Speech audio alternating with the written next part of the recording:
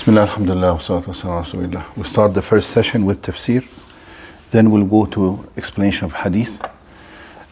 We try to keep the class between 5 to 7 minutes, but we might go a little bit over on days that are followed by a weekend or holiday. That will be Friday and Saturday specifically. So inshallah, Sundays we'll go back inshallah to the same length again. We explained the meaning of Istiaaza, أعوذ بالله من الشيطان الرجيم, or أعوذ بالله السميع العليم من الشيطان الرجيم, or أعوذ بالله السميع العليم من الشيطان الرجيم من همزه ونفخه ونفثه. The three various forms of Istiaaza. We talked about them in detail, and we are recording everything and posting it if somebody needs to go back to the classes. I'm using mostly Tafsir al-Mawardi. We talked about we gave an introduction about this Tafsir when we started, but I'm also using another Tafsir here called it Tafsir al-Muharrar. Tafsir al-Muharrar, let me just tell you about it. It's a recent Tafsir of the Quran that was authored by many scholars together. They got together and each one took part of the Quran. There's a very prominent scholars who are professors at universities. And this committee of scholars was led by an Imam from Saudi Arabia. His name is Khalid Uthman al-Sabt. He's very well known in Tafsir. And they authored this book of Tafsir. It's huge actually, but it will be like a reference for us. It's huge, 44 volumes. So I downloaded the first volume here just to use if there's additional things that we can add. So not everything we've said so far is from Al-Mawardi. Some of it is from this one. And it's called Muharrar, means scrutinized. They've taken all the previous books of Tafsir and they have excluded anything that is weak or unauthentic or anything, because books of Tafsir contain different views as well that could be right or wrong. So they've tried to make it all pure as much as possible. Now, so we talked about Istiaaza. Here in Tafsir Muharrar, he's saying some good things about Istiaaza that we should also learn. The benefits of Istiaaza: to seek refuge with Allah from the accursed Satan. He says one of the benefits and the meanings under Istiaaza is that when a person is making Istiaaza, he is making tawakkul ala Allah. He is relying on Allah for something.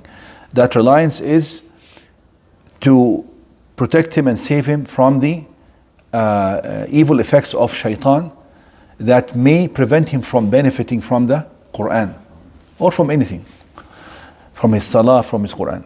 And it shows this way the slave of Allah is showing his weakness and he is acknowledging Allah's might and power. Because here he's trying to fight an enemy that he cannot see. And this enemy knows so much about the human being. Al-Qareen, for instance, the Qareen, the Shaytan has been with the person since birth. Iblis, the leader, Allah has given him a life since the beginning of the first humans on earth. So they have lots of experience. Allah says, إِنَّهُ يَرَاكُمْ هُوَ وَقَبِيلُهُ مِنْ حَيْثُ لَا تَرَوْنَهُم. They see you while you do not see them. So how can you fight an enemy that you do not see? Right? The only way with the enemy who is from jinn, so from Shaytan, is to seek help from Allah. And this is actually repeated in the Quran multiple times. For Allah teaches us when we are dealing with an enemy from human beings, to an enemy who is not physically fighting. If he is physically fighting you, you fight back. But if there's somebody between you and him, he's a human being, and you have some kind of dispute or animosity, the Quran teaches us to try to be nice to that person. ادفع بالتي هي أحسن فإذا الذي بينك وبينه عداوة كأنه ولي حميم. You actually try to be nice. It's totally unexpected. People who say the Quran teaches violence, it's very clear here that the Quran is telling us if somebody is your enemy, first try to be nice to that person. Maybe you can switch him totally. فإذا الذي بينك بينه عداوة كأنه ولي حميم. Which means you'll be surprised that this person between him and you there was an animosity, he may turn to be a very close friend of yours, but just by you being nice, despite what is going on between the two of you. You follow? What is the next verse? Does anybody remember the next verse? Following this one. فإذا الذي بينك وبينه عداوة كأنه ولي حميم وما يلقى إلا الذين صبروا وما يلقى إلا ذو حظ عظيم. Not everyone can do this. Allah says, not anyone can do that except those who have lots of patience. And those who have a large حظ عظيم, have lots of portion of reward from Allah Azza wa Jal. And then the following verse, وَإِمَّا يَنزَغَنَّكَ مِنَ الشَّيْطَانِ نَزْغٌ فَاسْتَعِذْ بِاللَّهِ. Shaytan, you can't be nice to him. You can't be nice to give him a gift, he'll be nice to you. Or leave you or not do waswasa. No, Shaytan, إِنَّ الشَّيْطَانَ لَكُمْ عَدُوٌ فَاتَّخِذُوهُ عَدُوًّا. He will never turn to be your friend. For him, the only way is to seek help from the one who created him and created you. Right? And also you see the same meaning in Surah Al-Mu'minun. ادفع بالتي هي أحسن نحن أعلم بما يصفون وقل ربي أعوذ بك من همزات الشياطين وأعوذ بك أن ربي يحضرون. Here same thing. ادفع بالتي هي أحسن. For the human being, you try to be nice to them, you would repel their evil. Immediately the following verse, وقل ربي أعوذ بك من همزات الشياطين. While the jinn enemy, you have to seek help from Allah. Now, the following one, it is also purification of the mouth, because we use this mouth in so much evil, backbiting, slandering, cursing.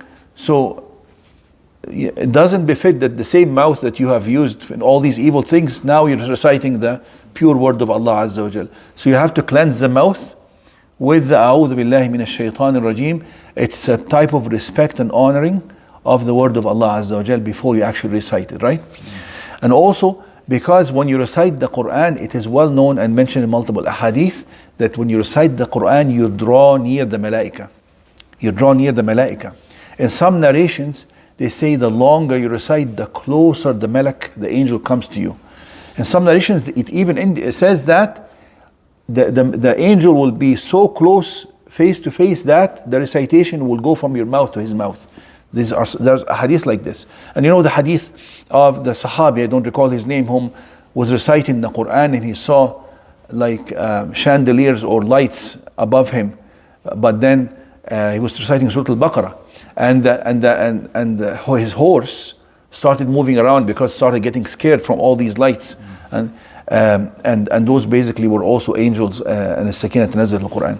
But anyhow, so you try, so angels are coming and drawing near, and the enemy of the angels is of course the Shaytan. So you're trying to, you say A'udhu billahi minash shaitanir rajim, to draw, to ward off the Shaytan. Now, and also when you make Istiaaza, you are declaring that what is coming next is the word of Allah Azza wa Jal, because the only speech that is preceded by Istiaaza is what? The Quran. There's no other speech, not even the Sunnah.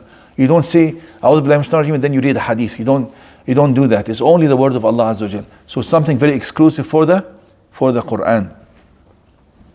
And it also shows that the Shaitan starts attacking the human being the most when the human being is doing something that is pleasing to Allah Azza wa Jal. When he is doing something evil, the Shaitan already has him where he wants him. He doesn't have to do much work with him, but the attacks normally start more in these kind of scenarios. Now we'll stop here. This is basically all we can say about Istiaaza, and then we'll go to Basmala and the Fatiha. Actually, last time we started a little bit about the Fatiha, the names of the Fatiha. We'll continue inshallah in the next class. This will conclude the class of Tafsir.